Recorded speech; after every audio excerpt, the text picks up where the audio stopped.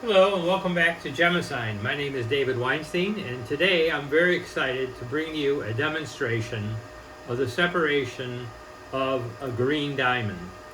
Green diamonds are particularly difficult to separate because one of the main causes for a green diamond is irradiation. Now, irradiation can take place in the ground or it can take place in a machine by man. So to separate a diamond, whether it's a natural green diamond or whether it's a treated green diamond, one that came out of the ground perhaps not even green, but it's been put into a machine and created into a green color, is very difficult because irradiation, once you have it in the stone, is very difficult to determine where the source is. It's not that the stone is radioactive or it's dangerous or anything like that. It's not. It's just that on a molecular level, there is something going on that causes this green color. And therefore, it's a very difficult separation, and the laboratories, in fact, quite often give you a designation of undetermined. We're not sure if this is from the ground, this green color is from the ground, or this green color is from a machine. So today I want to demonstrate to you one stone which I know to be a natural green diamond, and another stone which I know to be a treated green diamond. Actually, the first stone that's natural is a greenish yellow, and the second stone is just what's considered green, a vivid green. So let me show you what those two stones look like. I'll bring the camera over. Okay, so can you see that? The one on the right is a marquise. That stone is a fancy green, and the one on the right, on the left, is a greenish yellow. One's round, the one on the left is round, the one on the right is a marquise shape. I'll bring it a little closer. Actually, maybe I can even increase the magnification. There we go. How's that? Can I get a picture? Okay, there. All right. So the one on the right is treated color, and the one on the left. Now, don't think just because one looks a particular color, that means that's the indication that you need to say that it's treated or not. Diamonds come in a lot of different colors, and as a result, it could be that either one of these colors could be indicative of a natural color or a treated color. So it's not so clear just by looking at the color, because there's a lot of overlap in what's going on. So, okay, now I reposition things. All right, so let's get on to the analysis. So the first one I'm going to do is I'm going to take the stone that's the round stone, the greenish yellow, and I have my machine here, the Gemasign machine, has three light sources. One of the light sources is a white light, sort of a broadband, what's called broadband white light source. I'll put this, now each of the stones goes on a little disc. The disc has a little hole in it. That allows light to come from the source through the hole right into the stone, and what gets into my detector is in fact only light that went through the stone. That's very important because I want to know about the light that went through the stone. I don't care about my source light. So on my screen here I have three buttons, one for broadband, one for UV, and one for laser. So I'm just going to position the probe about a centimeter above the diamond. I can see the diamond glows a sort of a greenish color, and that little bling tells me that it's captured it. Here you can hear it again. Okay, great. So that's the broadband's now been captured. And I'll just move it over. I could use the same disc, same hole size for the UV. And position about a centimeter above. Okay. Let me see if I can get a little stronger signal there. Yeah, that should be good. Okay, fine.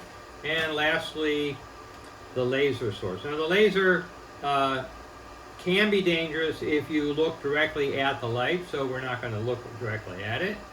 We have a little disc that goes on top of the source. And you can see when I put the stone anywhere near that, the stone lights up quite a bit. So again, best not to stare at the stone or stare at the laser light. It's a pretty strong light. There are glasses that you can wear that filter out some of the dangerous light, but again, I don't tend to look at it. I'm experienced with this, so let me capture the laser spectra. Okay. Okay, there it is. All right. So let me bring the camera over and show you what it is I have going on my screen. Okay. So increase the magnification. All right, so that's my general working screen. Come down over here. This shows you my broadband. That's the spectra from my broadband. And the range is again from 300 nanometers up to 1,000. So it's a pretty broad range. My UV spec signal looks like that. And lastly, my laser spectra looks like that. Okay, so every stone has a unique signal for each of these light sources. And what I do is I have stored in the cloud in my library a lot of different zones, about 1,800 different diamonds that are known to be of whether they're natural color or treated color. And hopefully this will predict, based on those three spectra, that this stone is in fact a natural color. Okay, should have an answer here in a second. It has to look through all 20,000 spectra that are in the library to find the very best match for all three of these signals. All right, so it's still processing. It can take about a minute to give you a result. And there it is. So natural diamond, natural color is exactly what I expect. The confidence limit is about 92%, which is very good. If I wanted to see more results, I can click over here and then let me enlarge this. Okay. So the first result is a natural color, second one natural color, third natural color, fourth doesn't designate, but that's also a natural color, and the fifth one is a natural color. So it predicts natural colors all the way down on all 5 predictions. And so that's it. So this tells me this stone is a natural color, yellowish green diamond. Now let me put it back to where I collect some information. All right, and we'll move on to the second stone. Let me just check my positioning here. All right, that looks good. All right. All right, the second stone is the treated diamond, and we'll show how the Gemasign machine is actually able to distinguish this second stone as being treated. I've already got my laser probe set up, so let me go right to the laser probe. Again, so you can move the stone a little bit so you get a bright light coming through. You don't need it too bright. Clear the screen to get ready for the next analysis and tell it to analyze the second stone. All right, so that tells me, it actually gives me an indication of how strong the signal is. In this case, it tells me 30,000, which is plenty strong. Anything over 10,000 is sufficient to correspond to the intensities of the spectra that I have in the libraries. The second one, we'll go now to the UV source. Again, it's important to make sure that the light that's coming into the detector is light that went through the stone and is not the source light. The source light has a full range of whatever the source material is, or source radiation is, but I want only the wavelengths that went through the stone. That's what it's actually going to be classifying on. So here I'm going to capture the UV spectra. Okay, that looks good. It's only 8,000 intensity, but that's usually sufficient. And lastly, the broadband source.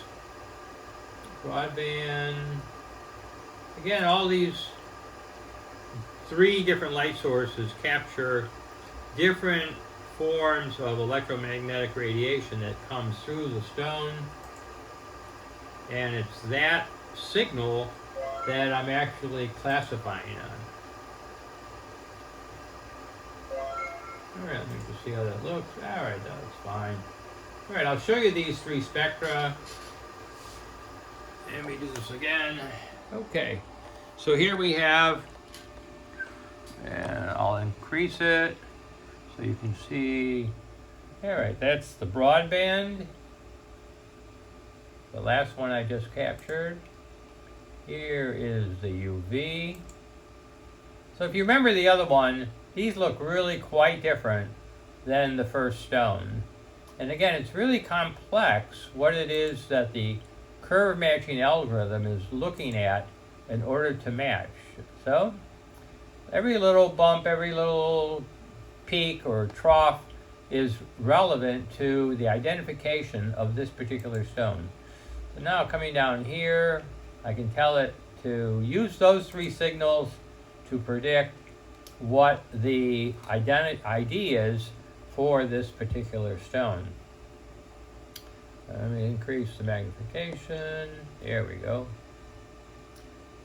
So this should come up with a natural diamond but treated color.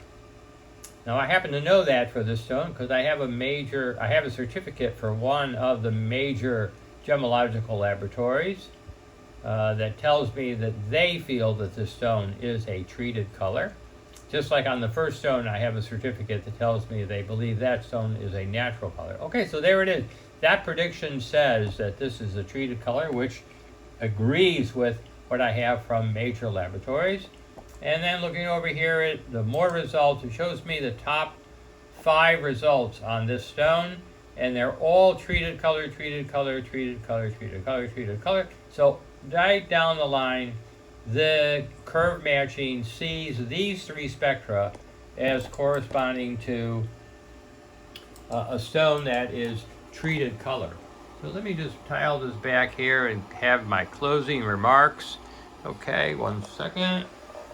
Put this back in position. Okay, so that should do it. Okay, so there it is. That's the demonstration for today.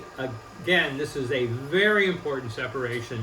Again, most of the laboratories cannot always distinguish between a natural color green, when there's green in the stone, and when it's a treated. And so it makes a huge difference in terms of the value of the stone. A treated stone is very difficult to sell, and a natural stone is very easy to sell, and its value is thousands and thousands and thousands of dollars more than that of a treated stone. The Gemasign machine does not give an undetermined. It either makes a decision that this is either a natural color or a treated color, and it tells you the confidence. So anything I would say where you have a confidence limit of 85% or 80% or more is a very strong degree of confidence. Anything lower than that, I would say scan the stone again and make sure that you're coming up with the same results. The machine is very reproducible, and we're very successful in making predictions on green diamonds, which is not an easy thing to do in the industry. Anyways, thank you so much for coming. I hope you enjoyed the demonstration. And if you want to drop me a note, you can reach me at dave@gemasign.com. And that's my, I have an email address there. So thank you very much for coming, and I hope you'll tune in for an additional video sometime in the future. Have a great day.